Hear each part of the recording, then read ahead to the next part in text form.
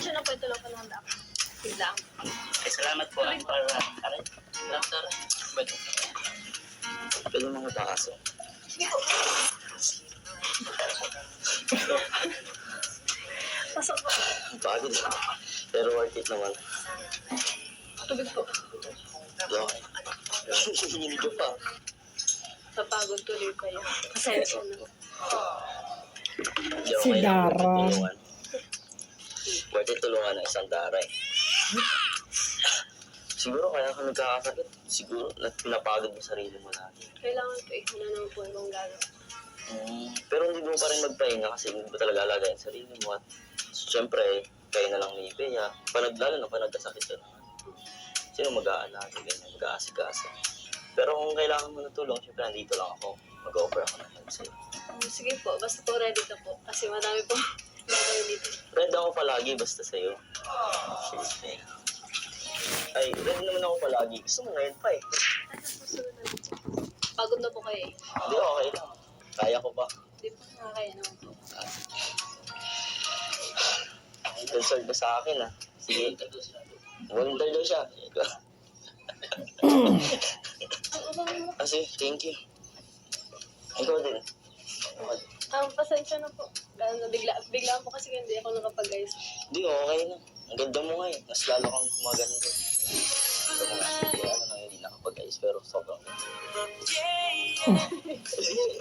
Kumaway. Hilig ka. Alam mo, Dara, napaka-natural beauty mo kasi. Sobrang ganda and effortless yung kagandahan mo kahit hindi mo na kailangan mag-ayos. Ay, wag po kayo masyadong malapit kasi po baka po mahawaan kayo. Hindi, okay lang. Gusto ko mawaan basta ikaw. Ipo po nga po kayo. Sige, mag-upo ka na rin.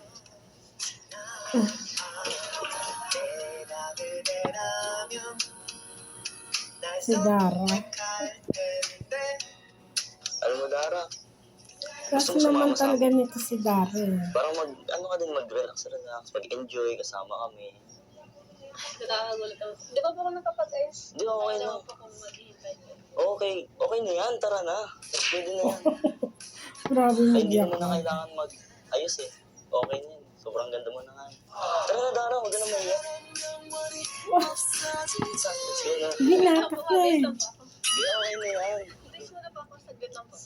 Sige na. Maghihintay na lang kami. Sige po. Enjoy po. Binatak mo eh. Mag-usap muna tayo habang nag-aantay kay ate mo. Si ate mo pala, kamusta naman pala yung si ate mo? May sakit po siya kagabi. So, paano yun?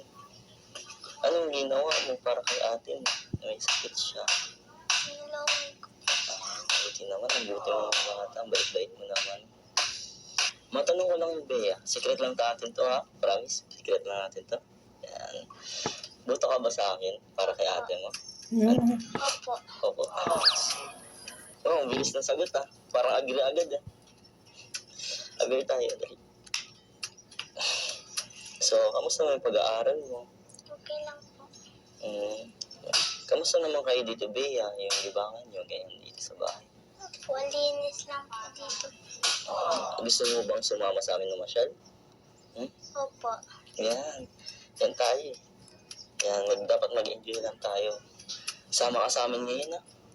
Mamasyal tayo. Paalam mo po ako kay ate. Oo, papaalam kita kay ate mo. Ako bahala sa'yo. Sasama kita.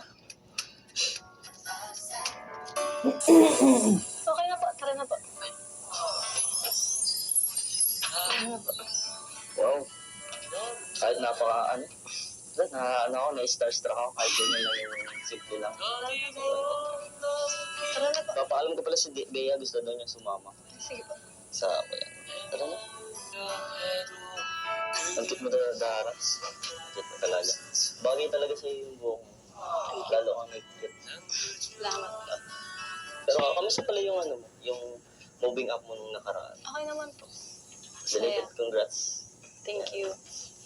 Ang dami siguro sa'yo ng tumitingin. Ay, wala naman po.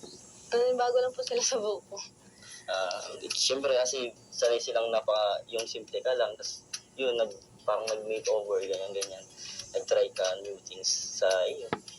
siguro, daming na starstruck din sa'yo. Kaya, Siyempre po, thank you po kala Kuya Rap. Kasi dahil sa kanila, paes buko ko. so, sige, tara na. Let's go na tayo. Ready?